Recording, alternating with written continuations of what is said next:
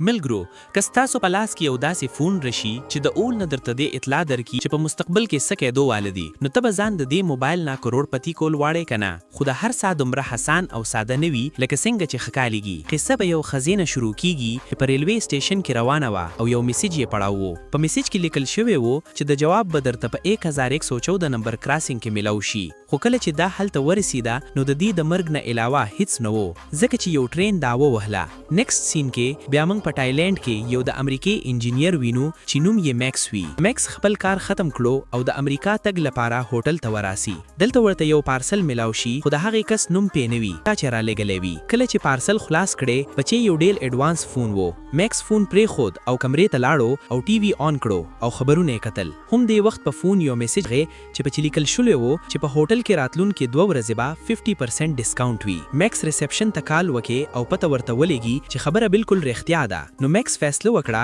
چې 2 ورځې هم دلته پاتې شي په ویکند کې هم میکس خبرونه قتل کله چې خبر راغی چې هغه جاز چې میکس پکې تللو هغه جاز کریش شو پکې یو کس هم ژوندی پاتې نشو میکس پوه شو چې د دې فون د میسیج د وجې مې ژوند بچ شو هم دې وخت بل میسیج راغی چې پکې لیکل شوی و چې د سیزر کمپنی شیر واخله خو دا میسیج دې نظر انداز کړو واپس کمرې ته راغی او کمپنی کې یې کال وکړو چې د میسیج رالیږونکې پته معلومه کې خو د هغوی سره هم په سیسټم کې هیڅ جانکاري نه وه چې میسیج څوک رالیږلی وي هم دې وخت په ټي وي خبر راغی چې د سیزر کمپنی شیرونه اسمان تختلی دي او کومو خلکو چې پټي پیسې لګولې دي هغوی اوس کروڑپتی شول دا خبر چې میکس واورېده نو ډیر حیران شو او ورسره ورته د دې موقع ضایع کېدو هم ډیر افسوس شو بلې ورځې د میکس فون ته یو میسیج راغی چې تا پراګ ته لاړ شه دا ځل میکس نه غوښتل دا موقع ضایع کړي نو بغیر د سوچ نه هلته روان شو ایرپورټ ته چې ورسېد یو روسي ټیکسي ډرایور ورته وویل چې په نیمو پیسو به دې هوټل ته وراسم دا خبره اورېدو سره میکس ډایرکټ په ټیکسي کې کېنو د پلاره کې یو ری د میکس د فون صفت وکړي او خپل کارت یې هم ورکړو ځکه چې د فونونو او نورو گیجټونو سایډ بزنس یې کوو هوټل ته چې ورسېد نو میکس کوریر کمپنی ته فون وکړو چې معلومه کړم چې دا فون چا رالیږلی دی خو کوریر کمپنی هم د موبایل باره کې څه ویلو نه انکار وکړو هم د وخت میسیج راغی چې کیسینو ته لاړ شه په 13 نمبر ماشین کې لوبه وکړه په 3 ځلو کې به څه نه وي په 4م ځل کې به جیک پټ ولاږي کله چې میکس کیسینو ته ورسېد په ماشین نه مخکې نه یو هلک ناست و هغه دا گیم 3 ځله مخکې کړی و او دا یې 4م وار و خو میکس د دې لږې پیسې ورکړې او هلته کښېنې لکه څنګه چې په میسیج کې لیکل شوی و بالکل هماغسې شول کیسینو کې هر طرف ته کیمرې لګېدلې وي او د دا ټولو سیکیورټي ګارډ مشر جان مکیس ویني نو خپلو کسانو ته یې وویل چې د میکس نه سترګې مه لرې کړو ورسته میکس ته بل میسیج راغی او دی یو بل میز ته لاړو او خپلې ټولې پیسې یې پې ولګولې او دا ځل هم میسیج بالکل رښتیا و میکس بیا لوبه وکې او وګټله جان ولیدل چې میکس د لوبې په وخت کې فون کسې کوي جان یو کس ولېږو او میکس ته یې وویل چې کیسینو کې فون چلول منع دي میکس نه غوښتل چې دا موقع ضایع شي میکس یو ری ته فون وکړو او مرستۍ یې ترې وغوښتله چې بغیر چک کوالو ما ته پته لګي چې میسیج کې څه لیکل شوی دي یو ری ومنې خو وایي چې 5 غنټې ټایم راته راکړه نو میکس واپس خپل هوټل ته راغی دلته یې ولیدل چې یو سړی ښځې سره جنګ کوي کمیله په نوم ښځه وي او غواړي چې خپل شرابي پارټنر نه ځان خلاص کړي نو ځکه چې میکس د کمیله سره د مرستۍ سوچ وکړو نو میکس شرابي ته وویل ابې یار ودرېږه د سکې ښځو کې نرې ودرېږه سړی ورته وایي ښه نو ستا دومره مجال نو دا واخل په خولې وویل خو میکس بېهوش شو ورستې معلوم شي چې د هر سا یوه ډراما وه چې دوی د میکس د سیم کارډ نه ډیټا کاپي کوي کله چې میکس په هوش کې راغی هغه سړی د دې ځای نه تللی و نو په موقع باندې د میکس د کمیله سره د فلرټ کولو کوشش شروع کړو خو کمیله په زړه کې وایي غلې شه ټپوس سه ما ولیدل چې ته څومره نر یې بل طرف ته د جان ټیم ته پته ولګي چې د دنیا په یو سیسټم کې د میکس تنالی غلې میسیجونه هیڅ ریکارډ موجود نه و میکس بیا یوري سره ملاو شي یوري ورته د فون دپاره بلوټوت ورکړل دا به تاسو ته عجیبه ښکاري خو دا مووي د 2009 دی د هغه وخت د ټولو قیمتي موبایل ټیکنالوژي وه دا خاص خبره دا وه چې میکس د فون ټول میسیجونه اورېدلی شو یوري هم حیران شو خو بیا میکس ته تپوس وکړي چې یار ته د میسیج رالیږونکې پته معلومولی شي یوري وویل چې د دې دپاره ډیره های لیول هیکینګ پکار ده او د دې دپاره به ماسکو ته تلل غواړېږي میکس د کیسینو نه د میسیجو د ذریعه بار بار یې ګټل جان او د هغه سیکیورټي ګارډ اراده وکړه چې میکس ونیسي خو میکس د هغوی نه د تښتېدو کوشش کوي کله چې میکس د بلډینګ نه راووتو نو ناڅاپه د اف بی آی سپیشل ایجنټ ډیو راغی او میکس یې ونیو جان کوشش وکړه چې ډیو ته وویل چې میکس زما مجرم دی خو ډیو یې ونه منې او جان ته یاداني کړه وکړه چې اوس ته په اف بی آی کې نه لږ صحت ورسته میکس یو خالی بیلډینګ ته بوزي چرته چې ډیو د بندوق د نوک سره د میکس نه د فون په باره کې معلومات کوي. میکس ورته هم ټول رښتیا وویل چې یار ماته څه پته ده چې دا موبایل فون چا رالیږلی دی. یار لږې پیسې مې وګټلې نو ساکې مې مړ کې. نو ډیو چې د میکس یوړېدلې حالت مې لیدل نو ورباندې یقین وکړو.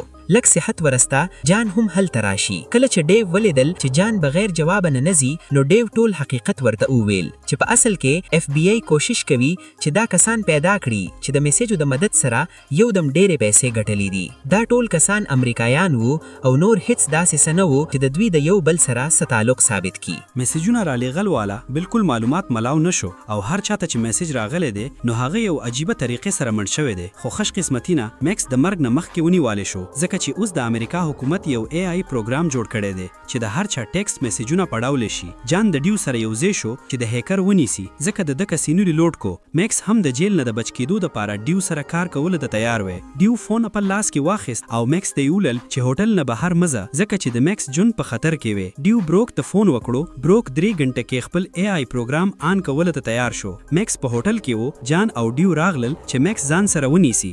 اوس صرف 3 میسیجونه پکار وو چې د میسیج لغلونکو پته معلومه کړي. د میکس کار دا وی چې هر ځل لکه څنګه چې میسیج کې ویل شوی وي هماغسې وکړي. میکس بیا خپل ټول پیسې په شرط والګولې خو دا ځل یې ټولې پیسې هراو کړې او یو میسیج راغی چې که یو ځل دی بیا فون بند کو نو ته به مړ شي. کله چې بروک د ای آی پروګرام سره لوکیشن پیدا کړې بروک حیران شو او زر یې ټول سیستم بندولو حکم ورکړو. بروک ډیو ته فون وکړو چې میشن زر بند کړه. کله چې ډیو ته تپوس وکړو چې ولې رور څه چکر دی بروک ورته وویل کېدی شي دا د زموږ ای آی پروګرام یو اکیلون کار وي. په همدې وخت کې بروک ټول په هډ کوارټر کې په دې کار والګول چې اخر دا سیستم چا هیک کړی دی. خو وروسته معلومه شو چې د بهر خلکو پکې هیڅ لاس نشته. مخامخ میکس د کمیلا سره ملاو شي. دوی د خپل تعلق په باره کې خبرې وکړې او د محبت لږ وخت په یو ځای تیر کړي. خو بله ورځ کمیلا ته فون راشي چې میکس په هره طریقه په کور کې دننه مصروف وساته. همدې وخت میکس ته بل میسیج راغی چې پکې یو ایډرس وو. بروک ډیو ته وویل چې د میکس په ځای هلته یو ایجنټ ولیږه. ډیو خیال وی چې دا ځل مو په اساني بیوقوفه نشو جوړولی. میسیج رالیږل والا وو. کله چې ایجنټ هلته ورسید نو یو میسیج ورته راغی چې روډ کراس کا. ټرافیک سیګنل بند وي خو دې چې روډ ته کوشینو ټرافیک سیګنلونه په خپله بدل شو. په دې ګډوډۍ له سببه یو موټر راغلی او ایجنټ یې وهې. میکس د امریکایي حکومت جوړ شوی نوي ای آی پروګرام پړاولو ته کېناست چې امریکا د ټولو خلکو فونونه کال ریکارډ اوریدلی شي او میسیجونه یې پړاولی شي. او دا پروګرام دومره طاقتور وی چې د ملک ټولې کیمرې په ذریعه د په خلکو نظر ساتلی شي. د میکس توجه د بدلولو دپاره کمیلا د میکس د کلی په بره کې خبرې کوي چرته چې د میکس د نیکه کور وی. میکس حیران شو ځکه چې هغه هیڅ کله هم کمیلا ته د خپل نیکي د کور حال نه ویلی. د میکس په کمیلا باندې شک وشي خو مخکې له دې چې خبرې وکړي کمیلا په مخامخ چت باندې یو سنایپر ولیده و او د هغې د ډز نه مخکې کمیلا میکس ځمکې ته وغورځاوه. بیا یې ولیده چې 2 نور کسان د دوی د وژلو دپاره په سیډیو را روان دي. کمیلا میکس په باتروم کې پټ کړو او خپل ټیبل لاندې یې پټ کړې وسله راغستو. کوشش کو خو سنایپر د ولیده او ډز یې پې وکړو چې کمیلا په اوږه ولګېده. بیا کمیلا ټوپک پرېښدو او یو تیره سیخ راغستو او په دروازې نه بهر سړي باندې حمله وکړه چې د دروازې نه ډایرکټ د یو سړي سینې کې ولګېده. خو یو بل سړي دننه راغلی او د میکس پسې روان شو. کمیلا د میکس د ژوند بچ کولو دپاره د سنایپر ډزونه نه ځان بچوي او په دې حال کې په قاتل حمله وکړي. خو زر دا سړي د کمیلا زوراور شي. همدې وخت میکس ته موقع ملاو شوه او میکس د سړي په خپه کې یو برش خښ کوو چې کمیلا ته د سړي د مرګ موقع ملاو شوه او همدا ټیم د پولیسو سایرن اواز اوریدو سره سنایپر له دې ځای نه وتښتېدو. همدې وخت بل سړي باتروم ته راغلی. دا د جان و چې د پیلانه د کمیلا سره کار کوي. جان میکس ځان سره روان کیږي او د دې ځای نه لاړ شي او همدې وخت ډیو ته په لاړې کې یو موبایل میلاو شي او یو میسیج پې راغلی چې پکې لیکلی شوی و چې میکس ماته پکار دی ګڼه ګنجه مړ به دی کم. بل خو جان میکس ته وویل چې مو په چا هم بروسه نشو کولی خاص طور په امریکایي سرکار باندې. د دې هر څه شاته د حقیقت معلومولو دپاره میکس سره یو پلان و. میکس وویل چې مونږ به ماسکو ته لاړ شو او هلته د یوري سره ملاو شو ځکه چې هغه یو جینیس هلک دی مدد به ضرور وکړي. خو کله چې دوی ماسکو ته ورسېدل بروک د خپل ای آی پروګرام سره دوی لوکیشن پیدا کړو او ډیو ته یې حکم وکړو چې د هغوی تعقیب کړه. همدې وخت یوري میکس او جان یو ځای ولیدل نو یوري ګبراو شو او قسم یې وخو چې چې زه دا کار نشم کولی، خو د جان دمکی یې ورکړې او د پیسو لالچ یې ورکړو. یوري واده وکړه چې په 3 غنټو کې به کار وکړي. وروسته جان او میکس یوازې ښار کې ګرځېدل. د هلته جان وویل چې ما ولې اف بی آی پرېښدو. په اصل کې زه د حکومت د دې ای آی پروګرام خلاف وم او ما یې ډېر مخالفت کړی و، خو کله چې خبره نه جوړېدی نو ما په خپله کار پرېښدو. د 3 غنټې وروسته کله چې دی یوري پسې لاړل نو یوري ورته وویل چې چا هم د ای آی اکیلون پروګرام سره چړخانی نه ده کړې، بلکې په اصل کې دا پروګرام ټول میسیجونه په خپله خلکو ته لیږي. دا پروګرام خپل ځان اپلوډ کوي او په ټوله دنیا کې په خپله کمپیوټرونو کې انسټال کیږي. په دې میسیجونو کې هغه ټول معلومات شامل وو چې یوازې ای آی لون یې اغستلی شي. هوایي جهاز ځکه تباه شو چې پکې خرابي وه او دا ای آی لون ته مخکې نه معلومه چې پکې خرابي دی. همدغه وخت یې مخکې ویله شوی و چې د سیزر کمپنی سټاک به ګرانږي، ځکه چې د کمپنی د مالک او شریکانو خبرې یې اورېدلې وي او همدارنګه په کسینو کې ټول ماشینونه هم په کمپیوټر چلیدلی. نو همدغه ای آی پروګرام هر څه معلوم کړل. د دوی خبرې ختمونه مخکې اف بی آی ایجنټان راغل. جان او میکس شاته دروازې نه یو وین غلا کړه او وتښتېدل. وروسته اف بی آی ټول ښار کې د دوی موټر پسې شو. جان او میکس یو غلط موړ واخیستو. هلته مخامخ د ریل په ټریک یو ټرین روان و، خو جان سره یو ټوپک و نو د هغې په مدد دواړه بچ شول او همدا ټیم ډیو موټر نه بهر شو او د ډیو موټر هم یې تباه کړو. ډیو میکس ته ټلیفون واپس ورکړو او وویل چې ما میکس ځکه د نیولو کوشش کو چې موبایل یې ورکم، ځکه چې ای آی لون د میکس نه علاوه نورو سره خبرې نه کوي او امریکایي حکومت هم پوهیده چې ټول میسیجونه ای آی لون کړي دي. میکس خپل تماچه د ډیو طرف ته کو، خو ډیو تسلی ورکړي چې اوس د ستا سړی یم. وروسته میکس ته یو میسیج راغی چې پکې د میکس اول ځل د کار کولو اډرس و. کله چې ورکړل ځای ته ورسېدل، میکس خپل پاسپورت ماشین کې واچو، خو ماشین خالی و. په اصل کې ای آی کمپیوټر پروګرام خپل ځان د حکومت د کمپیوټر نه ځان وباسي او ځان دلته اپلوډ کوي چې حکومت هم کنټرول ونه کوي. وروسته دا پروګرام په خپله په ټوله دنیا کې کمپیوټرونو ته خپل ځان انسټال کیږي او بیا یې هیڅ څوک بندولی نشي. ډیو میکس ته وویل چې دا بند کا. همدغه وخت یو میسیج راغی چې داسې کار کولو کوشش هم ونه کې. میکس سکرین ته وکتل نو معلومه شوه چې ای آی یون د ټولو خلکو پیسې په خپل کنټرول کې اخیستې وي. که میکس هم دا سرور بند کړی وي نو د ټولو پیسې به ډوبې شي وي.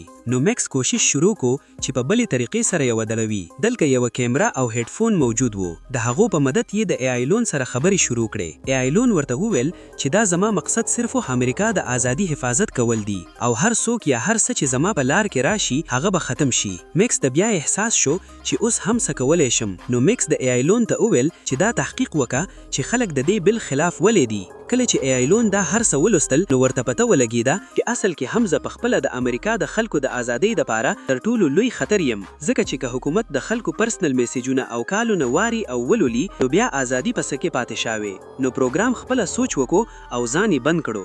له دې وروسته سرکاري ای آی پروګرام د بندولو وجه اف بی آی 3 واړه ونیول او ارسټ یې کړل.